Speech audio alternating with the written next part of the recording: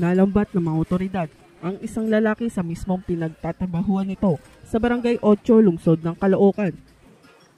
Matapos pagsagawa ng joint manhunt operation at magsilbi ng warrant of arrest sa pangunguna ng District Special Operation Unit ay matagumpay na naaresto ang akusado.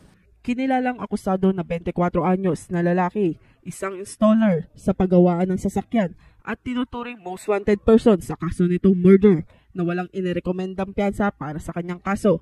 Sa ngayon, ang akusado ay kasalukuyang nakakulong sa NPD Custodial Facility Unit.